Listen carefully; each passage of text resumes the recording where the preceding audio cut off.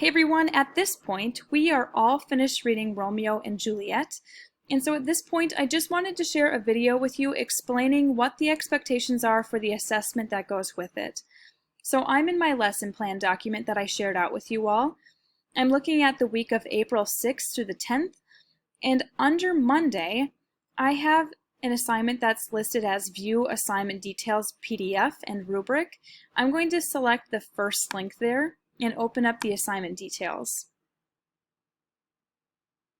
So for this assessment, you are going to be putting a character from Romeo and Juliet on trial in an argumentative essay. The prompt says this: Romeo and Juliet took their lives for a variety of reasons, some of which stem from the actions of adults in their lives. This leads many to question who is actually at fault for their tragic deaths. Choose one of the following to blame for their deaths and write an argumentative essay proving why they are to blame. So in this essay, you can in fact hold Romeo and Juliet accountable for their own decisions. You can take a look at their parents, the Capulets and the Montagues.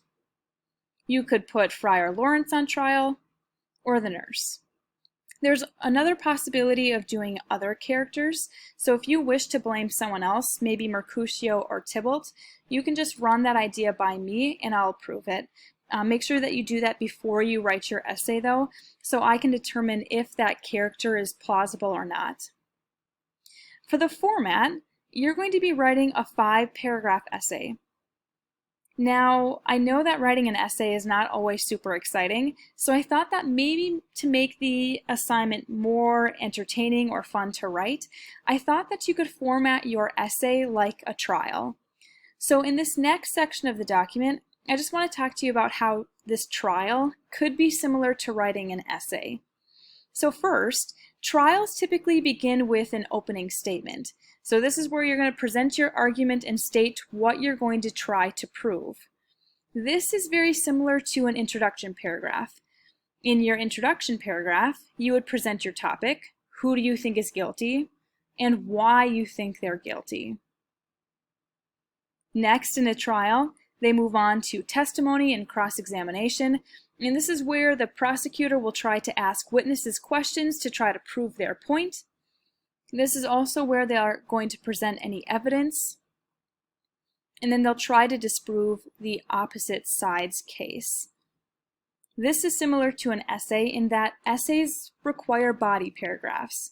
In body paragraphs, we would provide examples, reasons, and evidence to prove our point, and then we also provide commentary to explain how that evidence proves our point.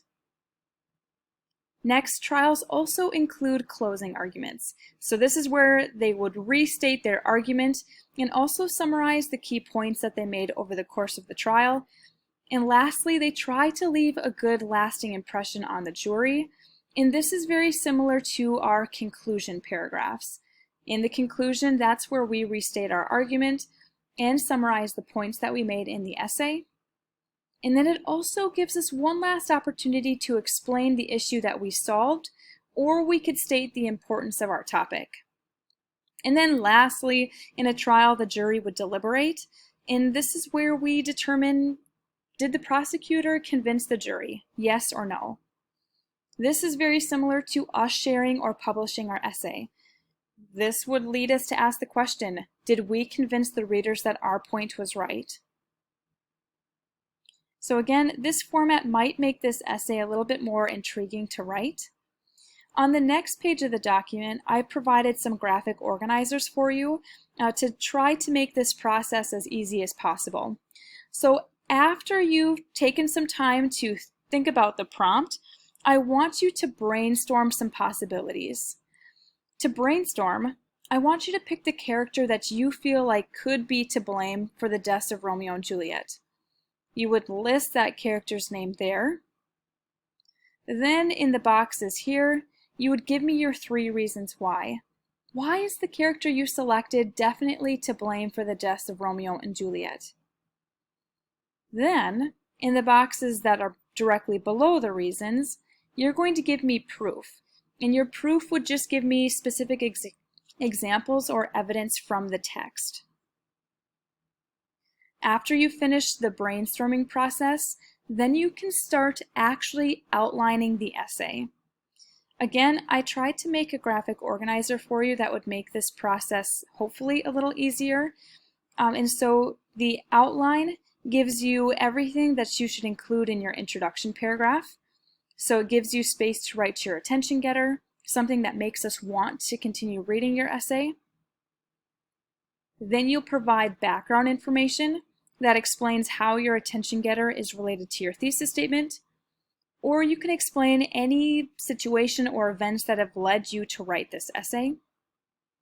And then in your thesis statement, you'll give me who is to blame and your 3 reasons why. As I'm looking at this, I do notice that I have a typo. This "al" should be "all," so I apologize for that.